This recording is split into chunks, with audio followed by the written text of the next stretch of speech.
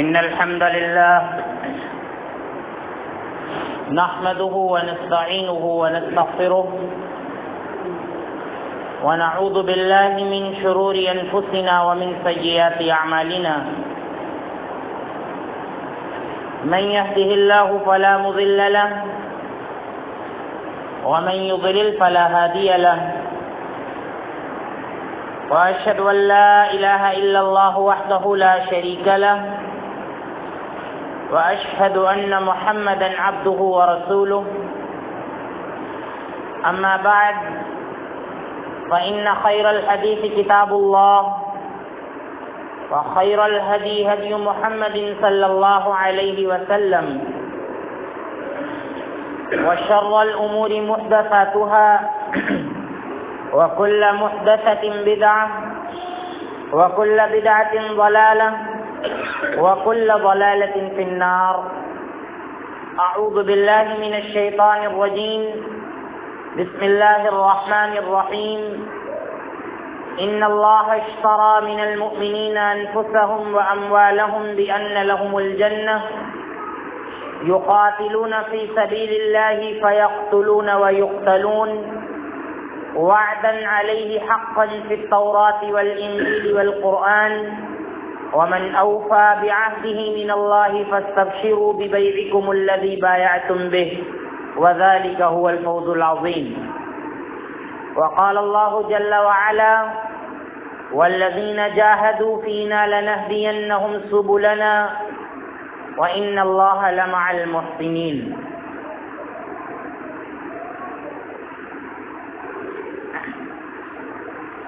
معزز اسلامی و دینی بھائیوں،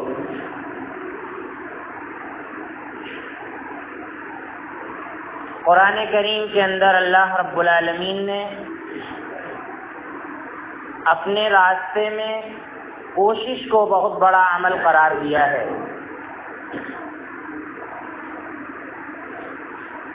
کوشش کا مطلب یہ ہے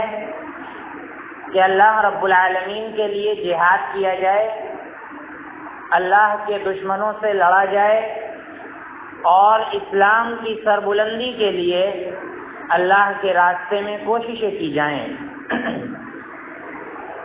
اسی کو جہاد کہتے ہیں. اور اللہ تعالیٰ نے قرآن کریم کے اندر کئی ایک آیات میں جہاد کا ذکر کیا ہے اور اس کی فضیلت بیان کی ہے.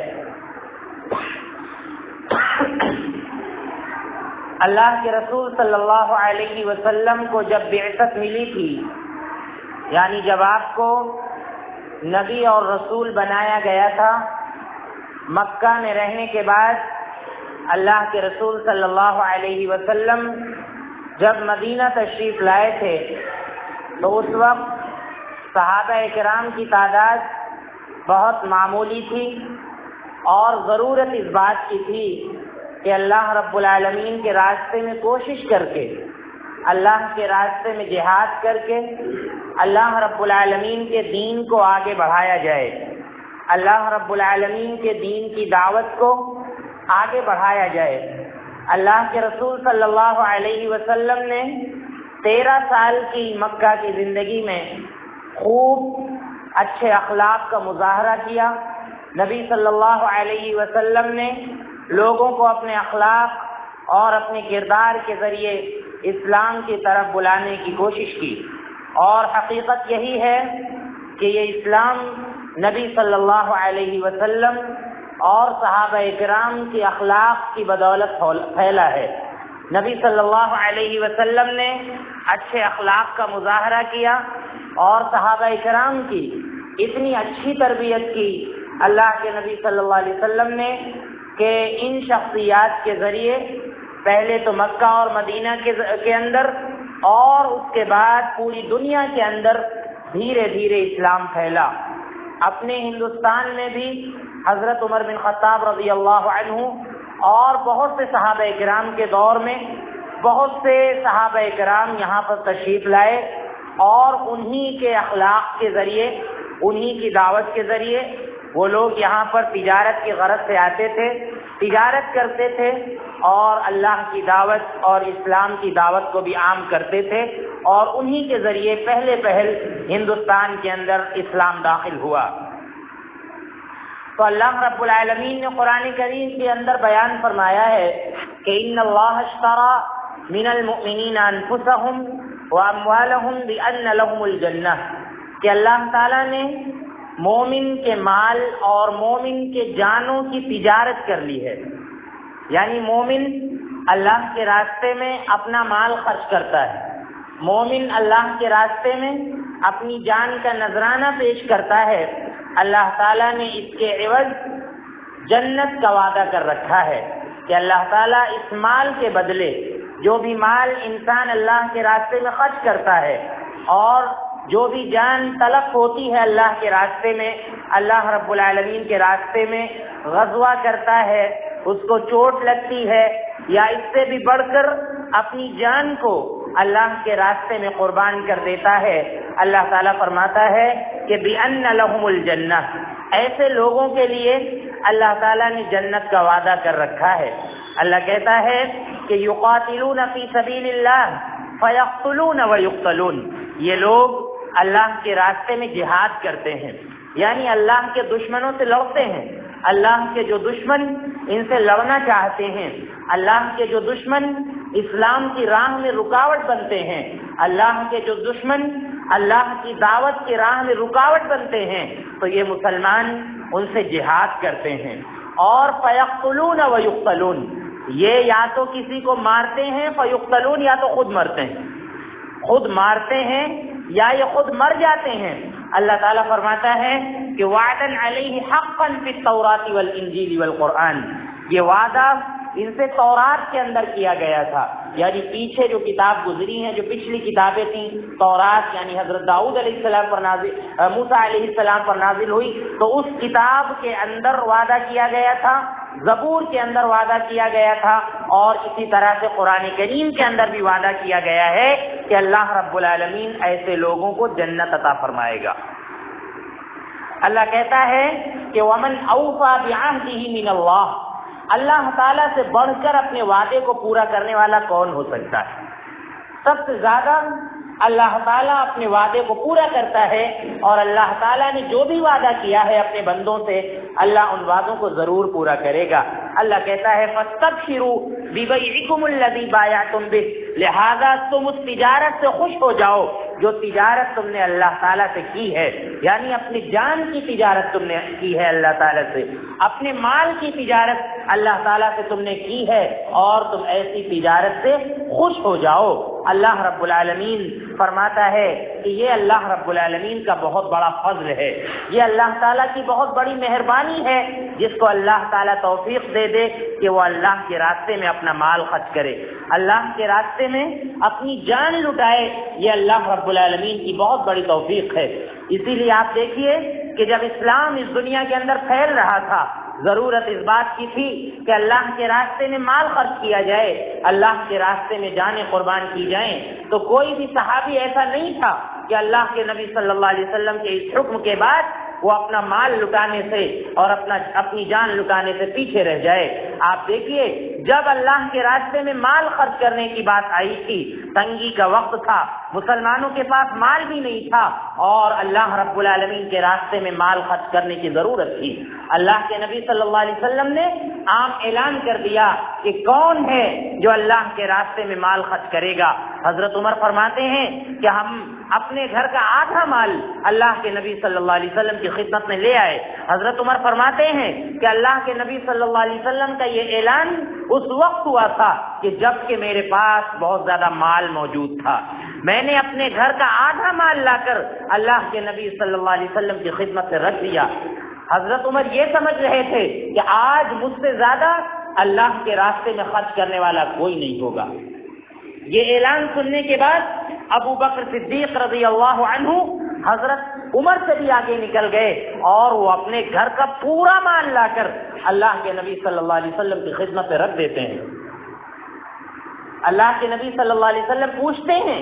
کہ اے ابو بکر، تم نے اپنے گھر میں اپنے بال بچوں کے لیے کیا چھوڑا ہے؟ تو حضرت ابو بکر صدیق رضی اللہ عنہ کا جواب ہوتا ہے کہ اے نبی صلی اللہ علیہ وسلم، اگر اللہ پر اور آپ پر ایمان سلامت ہے، اگر اللہ کی محبت اور آپ کی محبت ہمارے گھر والوں کے اندر زندہ ہے تو ہم کو اس مال کی ضرورت نہیں ہے، ہمارے گھر والے کسی بھی طرح سے گزارا کر لیں گے۔ تو یہ حضرت ابو بکر صدیق رضی اللہ عنہ ہے۔ ویسے اللہ کے نبی صلی اللہ علیہ وسلم نے ایک حدیث میں بیان فرمایا ہے کہ انسان کو اپنے گھر والوں کے لیے اتنا مال رکھنا چاہیے کہ جس سے اس کے گھر والوں کا خرچ چل سکے، یعنی اپنے گھر والوں کو ترجیح دینی چاہیے۔ لیکن ابو بکر کا یہ عمل بظاہر خلاف معلوم ہوتا ہے اس حدیث کے، کہ اللہ کے نبی صلی اللہ علیہ وسلم کے اس حدیث کے خلاف کیا، لیکن نہیں، ابو بکر صدیق رضی اللہ عنہ جیسا اگر ایمان ہر شخص کا ہو جائے تو ہر شخص اپنے گھر کا پورا مال اللہ کے راستے میں لگا سکتا ہے۔ وہ بے صبری کا مظاہرہ نہیں کرے گا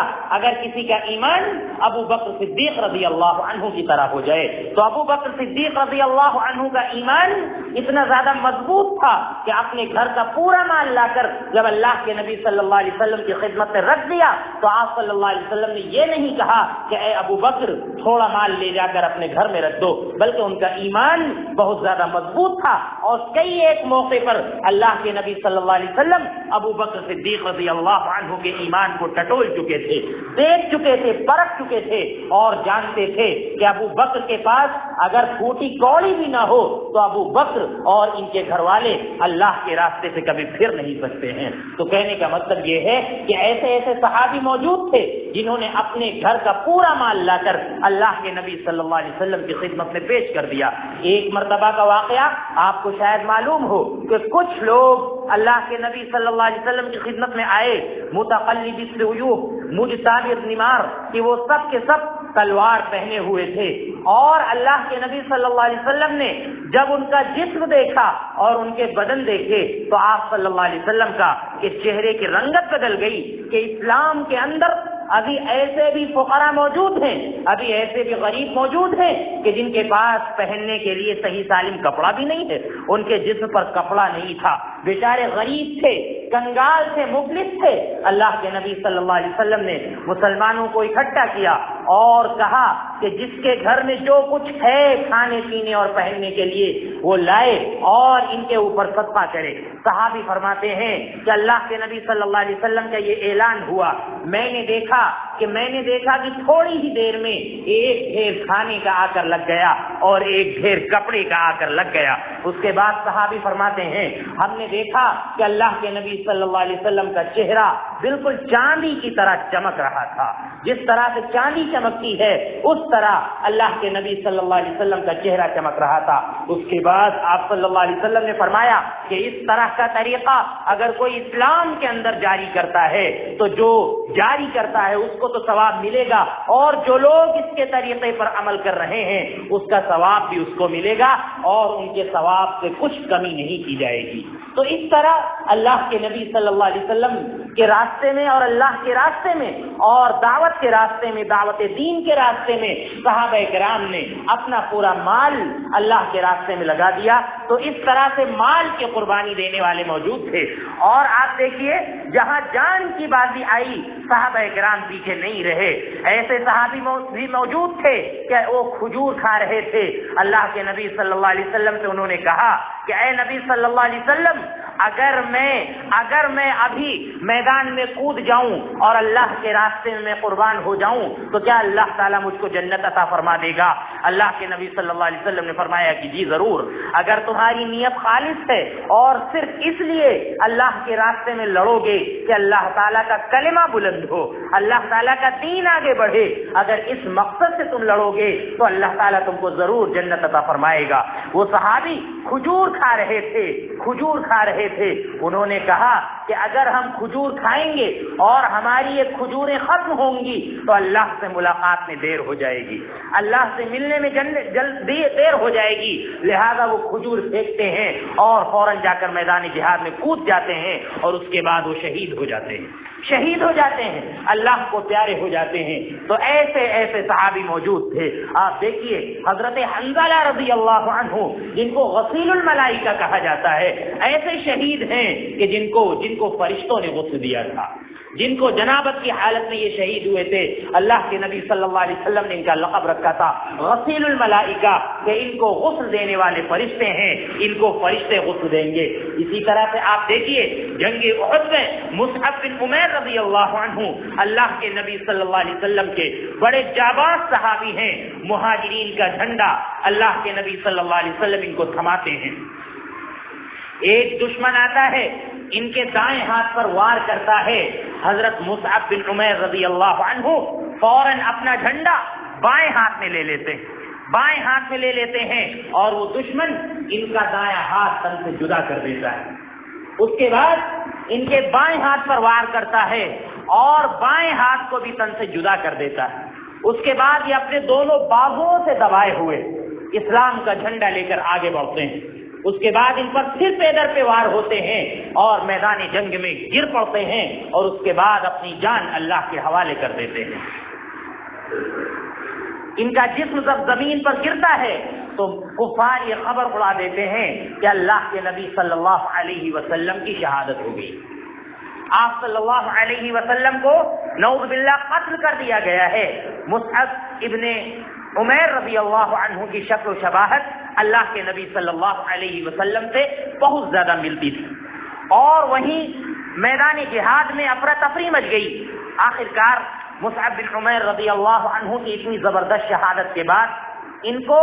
کفن دینے کا مسئلہ آتا ہے کہ ان کے جسم کو چھپا کر ان کو قبر کے حوالے کر دیا جائے۔ خباب بن ارت رضی اللہ عنہ کہتے ہیں کہ ہم میں سے بہت سے لوگ مکہ سے مدینہ ہجرت کر کے آئے تھے، بہت سے صحابہ کرام تو ایسے تھے کہ جو زندہ رہے اور جنہوں نے اللہ کے نبی صلی اللہ علیہ وسلم کی صحبت میں رہ کر بہت کچھ حاصل کیا، اور بہت سے صحابہ کرام تھے جو 2 ہجری میں غزوہ بدر میں اور 3 ہجری میں غزوہ احد میں شہید ہو کر اپنی جان کو اللہ کے حوالے کر دیا، یعنی ان کو بہت زیادہ اللہ کے نبی صلی اللہ علیہ وسلم کے ساتھ رہنے کا موقع نہیں ملا اور ان کو بہت زیادہ اپنا پھل کھانے کا دنیا کے اندر موقع نہیں ملا۔ خباب ابن ارت کہتے ہیں کہ انہی صحابہ کرام میں تھے، مصعب ابن عمیر رضی اللہ عنہ بھی تھے۔ کہتے ہیں کہ جب ہم ان کا واقعہ یاد کرتے ہیں تو ہماری آنکھوں سے بے ساختہ آنسو نکل پڑتے ہیں کہ اتنے جلیل القدر صحابی کہ اسلام لانے سے پہلے اتنا مہنگا عطر استعمال کرتے تھے کہ جب یہ گزرتے تھے تو راستے کے راستے معطر ہو جاتے تھے، گلیاں معطر ہو جاتی تھی، اور اسلام لانے کے بعد اللہ کے راستے میں انہوں نے اتنی زبردست قربانی دی۔ خباب ابن ارت فرماتے ہیں کہ کفن کا کپڑا چھوٹا پڑ گیا تھا، ان کے پاس صرف ایک چادر تھی اور وہ بھی چادر ان کے پورے بدن کو ڈھک نہیں پا رہی تھی۔ صحابہ کرام کے پاس بھی اس دور میں کسی کے پاس ایک چادر ہوا کرتی تھی، کسی کے پاس صرف 2 چادریں ہوا کرتی تھی، بس اتنا ہی کپڑا ہوا کرتا تھا کہ جس سے ان کا بدن اور تن ڈھک جایا کرتا تھا۔ تو صحابی فرماتے ہیں کہ اتنا کپڑا نہیں تھا مصعب ابن عمیر کے پاس کہ ہم ان کو ٹھیک سا کفن دے سکیں، صحیح سالم کفن دے سکیں۔ ہم ان کا سر ڈھکتے تھے تو ان کے پیر کھل جاتے تھے، ان کے پیر ڈھکتے تھے تو سر کھل جاتا تھا۔ اللہ کے نبی صلی اللہ علیہ وسلم نے فرمایا آخر میں کہ سر یہ انسان کے جسم کا اشرف الاعضاء ہے، سب سے معزز اور سب سے محترم جو حصہ ہے انسان کے جسم کا وہ انسان کا سر ہوتا ہے۔ اللہ کے نبی نے فرمایا کہ ان کا سر ان کی چادر سے ڈھک دو اور ان کے پیر جو کھلے رہ جا رہے ہیں اس پر گھاس ڈال دو، اذخر گھاس ڈال دو اور اس طرح سے ان کو قبر کے حوالے کر دو۔ تو یہ مصعب ابن عمیر رضی اللہ عنہ کا کفن ہوتا ہے۔ وہی آپ دیکھیے اس کے بعد میدان میں افراتفری مچ جاتی ہے، کچھ لوگ اللہ کے نبی صلی اللہ علیہ وسلم کو ڈھونڈنے کے لیے نکل جاتے ہیں، کچھ لوگ میدان سے دور چلے جاتے ہیں۔ وہیں حضرت انس بن مالک رضی اللہ عنہ کے چچا انس بن نضر رضی اللہ عنہ یہ جہاد کرتے میدان سے بہت آگے نکل جاتے ہیں۔ وہاں چند صحابہ کرام بالکل نڈھال بیٹھے ہوتے ہیں اور جہاد سے بالکل بیٹھ جاتے ہیں، جہاد نہیں کر رہے ہوتے ہیں۔ وہ انس بن نضر پوچھتے ہیں آخر ماجرا کیا ہے کہ وہاں تو میدان میں رن پڑا ہوا ہے، میدان میں جنگ چل رہی ہے کافروں سے، اور تم لوگ یہاں پر ہتھیار ڈال کر بیٹھے ہوئے ہو۔ انہوں نے کہا کہ جس کے لیے ہم لڑ رہے تھے ہمارا رہنما ہی نہیں رہا، یعنی جب نبی صلی اللہ علیہ وسلم ہی نہیں رہے تو اب ہم جہاد کس کے لیے کریں گے؟ تو انس بن نضر نے کہا کہ تم لوگ بے وقوف ہو، تم لوگ بیوقوف ہو، جس کے لیے تمہارے نبی قربان ہو گئے تم کو بھی اس کے لیے قربان ہو جانا چاہیے۔ تم ہی زندہ رہ کر کیا کرو گے دنیا کے اندر؟ اگر نبی صلی اللہ علیہ وسلم اللہ کے راستے میں قربان ہو گئے ہیں تو تم کو بھی قربان ہو جانا چاہیے۔ انس بن نضر رضی اللہ عنہ بڑی جانکاری کے ساتھ، بڑی جانفشانی کے ساتھ لڑتے ہیں اور اس کے بعد یہ بھی شہید ہو جاتے ہیں، اور صحابی فرماتے ہیں کہ جب ہم ان کے جسم پر ان کے زخموں کو گنتے ہیں تو 80 سے زیادہ زخم یہ کھا چکے تھے۔ 80 زخم کھانے کے بعد ان کی وفات ہوتی ہے، اور کافروں نے ان کا مسلح کر دیا تھا۔ مسلح کا مطلب یہ ہوتا ہے کہ ان کا ہاتھ الگ کر دیا تھا، ان کا کان الگ کر دیا تھا، ان کے پیر کے بھی کئی حصے کر دیے تھے۔ تو اس طرح انس بن نضر جو کہ انس بن مالک رضی اللہ عنہ کے چچا ہیں، ان کی شہادت ہوتی ہے، ان کی وفات ہوتی ہے۔ وہیں آپ دیکھیے خبیب رضی اللہ عنہ، ان کو کفار پکڑ لے جاتے ہیں اور پھر بازار میں ان کو فروخت کر دیا جاتا ہے۔ ان کو پھر اللہ کا کوئی دشمن خریدتا ہے اور لانے کے بعد ان کو پیڑ پر سولی پر چڑھا دیتا ہے۔ پیڑ پر سولی پر چڑھانے سے پہلے ان کے اوپر نیزے سے وار کرتا ہے، ان کے پیٹ پر نیزے بھونکتا ہے اور ان کا امتحان لیتا ہے کہ بتاؤ تم شریعت سے پھرنے کے لیے تیار ہو، تم اسلام سے پھرنے کے لیے تیار ہو؟ اگر تم اسلام سے پھرنے کے لیے تیار ہو جاؤ تو ہم تمہارے قدموں میں لا کر ہیرے جواہرات کے خزانے رکھ دیں گے۔ تو انہوں نے کہا کہ اگر تم دنیا کے تمام خزانے لا کر ہمارے قدموں میں رکھ دو تب بھی ہم اللہ کے راستے سے پھر نہیں سکتے ہیں۔ ان کو پریشان کیا گیا، پھر نیزہ ان کے مارا گیا اور کہا گیا کہ اب تو تم چاہ رہے ہوگے کہ تمہاری جگہ پر اللہ کے نبی صلی اللہ علیہ وسلم کو سولی پر چڑھا دیا جائے اور تم کو چھوڑ دیا جائے۔ انہوں نے کہا کہ اے بدبخت سن لے، ہم اپنے نبی کی محبت سے اتنا زیادہ شرمسار ہیں کہ ہمیں یہ بھی گوارا نہیں کہ نبی صلی اللہ علیہ وسلم کے کانٹا چبھے اور ہماری جان بچ جائے۔ نبی کے اگر کانٹا بھی چبھے گا تو ہم اپنی جان قربان کر دیں گے اللہ کے نبی صلی اللہ علیہ وسلم کے لیے۔ تو یہ خبیب رضی اللہ عنہ ہیں۔ اس کے بعد یہ کہتے ہیں کہ ہماری کوئی بڑی خواہش نہیں ہے، ہماری بس اتنی خواہش ہے کہ ہم کو مارنے سے پہلے ہمیں 2 رکعت نماز پڑھ لینے دو۔ انہوں نے کہا کہ خواہش تو ہماری اور زیادہ کی تھی، اور لمبی لمبی نمازیں پڑھتے ہم آخری وقت اللہ کے یہاں جانے سے پہلے، لیکن صرف اس وجہ سے نہیں پڑھیں گے کہ دشمن یہ کہیں گے کہ مرنے کے ڈر سے یہ لمبی لمبی نمازیں پڑھ رہا ہے، اس لیے میری خواہش ہے کہ صرف اور صرف 2 رکعتیں مجھے اللہ کے لیے پڑھ لینے دو۔ 2 رکعتیں یہ پڑھتے ہیں اور اس کے بعد ان کو سولی پر چڑھا دیا جاتا ہے۔ تو یہ صحابی ہیں جنہوں نے اللہ کے راستے میں اتنی بڑی قربانی دی ہے۔ وہیں آپ دیکھیے ابتدائی اسلام میں جب قربانی کی ضرورت پیش آئی تو آپ دیکھیے بلال ابن رباح رضی اللہ عنہ، خباب ابن ارت رضی اللہ عنہ، ان کو اتنی زبردست تکلیفیں دی جاتی تھیں، اور وہیں آپ دیکھیے اللہ کے راستے میں یاسر رضی اللہ عنہ کا خاندان پورا تباہ و برباد ہو جاتا ہے، اپنے آپ کو قربان کر دیتا ہے۔ اسلام کے لیے شہید ہونے والی سب سے پہلی خاتون سمیہ رضی اللہ عنہ ہیں، اور یاسر رضی اللہ عنہ اور عمار ان کے بیٹے اور ان کے شوہر ہیں جنہوں نے اللہ کے راستے میں اپنی جان قربان کر دی، اور بڑی زبردست شہادت سمیہ رضی اللہ عنہ کی ہوئی تھی۔ اللہ کے نبی صلی اللہ علیہ وسلم اس وقت تشریف لائے تھے، سمیہ کے چہرے پر مسکراہٹ تھی اور احد احد کی صدا تھی۔ اللہ کے نبی صلی اللہ علیہ وسلم نے فرمایا کہ صبرن یا آل یاسر، اے آل یاسر تم صبر کرو، اس دنیا کی مشقتوں کو برداشت کرو، اللہ تعالیٰ تمہارے لیے جنت میں گھر بنا رہا ہے۔ عائشہ رضی اللہ عنہا فرماتی ہیں کہ ہمارے ابا یعنی ابو بکر بڑے رقیق القلب تھے، بڑے نرم دل تھے، اللہ کے راستے میں جن غلاموں کو تکلیف دی جا رہی تھی ہمارے ابا سے دیکھا نہیں جاتا تھا۔ 17 یا 18 غلاموں کو محض اللہ کی رضامندی کے لیے انہوں نے خرید کر، اپنے پاس سے خرید کر، اور اللہ رب العالمین کی رضا کے لیے 17-18 غلاموں کو جنہیں صرف اس لیے تکلیف دی جاتی تھی کہ وہ اللہ پر ایمان لا چکے تھے، حضرت ابو بکر صدیق رضی اللہ عنہ نے ان کو خرید کر آزاد کرایا۔ تو یہ صحابہ کرام ہیں جنہوں نے بڑی زبردست قربانیاں دی ہیں۔ اور آپ دیکھیے خالد بن ولید رضی اللہ عنہ ہیں، یہ اسلام کے دشمن بنے رہے، سن 7 ہجری میں جا کر یہ اسلام لاتے ہیں۔ غزوہ احد میں یہ کافروں کی طرف سے تھے، غزوہ بدر میں بھی یہ کافروں کی طرف سے تھے، بلکہ غزوہ بدر کا پانسا پلٹنے والے خالد بن ولید ہیں۔ کافروں کی طرف سے غزوہ بدر کا پانسا پلٹنے والے خالد ابن ولید ہیں۔ 50 صحابہ کرام کو اللہ کے نبی نے پہاڑ پر لگایا تھا، اور اس کے بعد جب صحابہ کرام وہاں سے چلے آئے تھے تو اللہ کے نبی صلی اللہ علیہ وسلم کے ایک حکم کو نہ ماننے کی وجہ سے، یا آپ کہہ لیجیے غلط فہمی کی وجہ سے، تو وہاں سے جو ہے خالد ابن ولید رضی اللہ عنہ نے حملہ کیا تھا مسلمانوں پر، اور کافروں کی طرف سے انہوں نے جنگ کا پانسا پلٹ دیا تھا۔ وہ جنگ احد تھی۔ جنگ احد میں خالد ابن ولید رضی اللہ عنہ نے بڑا زبردست کارنامہ کافروں کی طرف سے انجام دیا تھا۔ اس کے بعد دن گزرے، زندگی گزری، آپ دیکھیے اسلام کی طرف سے یہ آگے چل کر بہت بڑے اسلام کے سپہ سالار بن جاتے ہیں، اور اللہ کے نبی صلی اللہ علیہ وسلم پر ایمان لے آتے ہیں۔ 8 ہجری میں جنگ موتا ہوتی ہے، ایک جنگ ہوتی ہے جنگ موتا۔ خالد ابن ولید رضی اللہ عنہ سے اس جنگ میں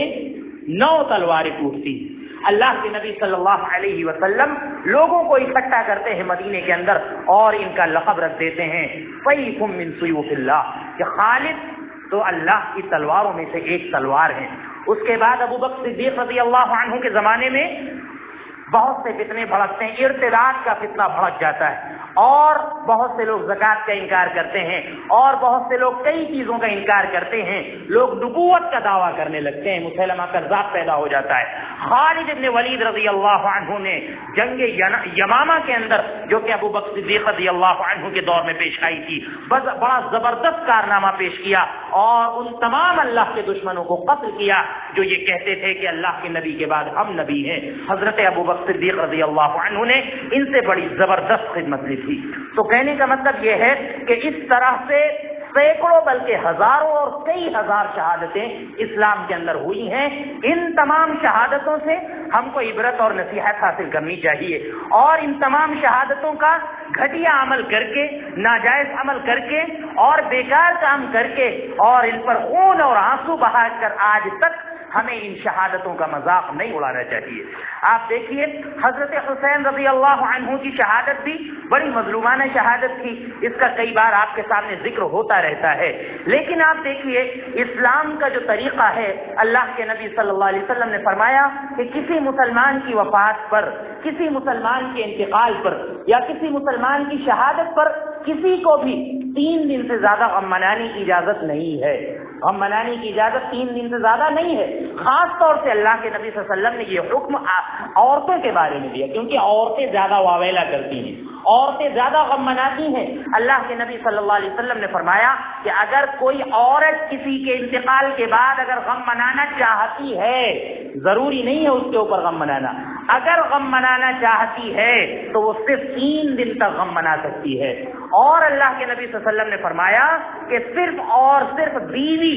کسی کے شوہر کی وفات ہو جائے تو اس کی بیوی 4 ماہ 10 دن تک کی عدت گزارے گی، سوگ منائے گی، ورنہ کسی کو یہ اجازت نہیں ہے کہ کسی کی وفات پر، کسی کے انتقال پر اور کسی کی شہادت پر 3 دن سے زیادہ غم منائے، کسی کو یہ اجازت نہیں ہے۔ تو آپ دیکھیے اللہ کے نبی صلی اللہ علیہ وسلم کا یہ سخت ارشاد ہے، لہذا آپ دیکھیے کہ شہادت حسین اور واقع کربلا، حادثے کربلا پر جتنے آنسو آج تک بہائے گئے ہیں، اگر یقیناً یہ آنسو اللہ رب العالمین کی ڈر سے بہائے جاتے، تنہائی میں بہائے جاتے، جیسا کہ اللہ کے نبی نے فرمایا ہے کہ ایسے شخص کو جو اللہ کو تنہائی میں یاد کر کر آنسو بہا دیتا ہے، اللہ ایسے شخص کو اپنے عرش کا سایہ نصیب فرمائے گا۔ تو شہادت حسین پر جتنے آنسو بہائے گئے ہیں، اگر اللہ کی راہ میں اتنے آنسو بہائے جاتے، اللہ کے لیے اگر اتنے آنسو بہائے جاتے، تو اللہ رب العزت اس قوم کی تقدیر بدل دیتا۔ اور جتنا خون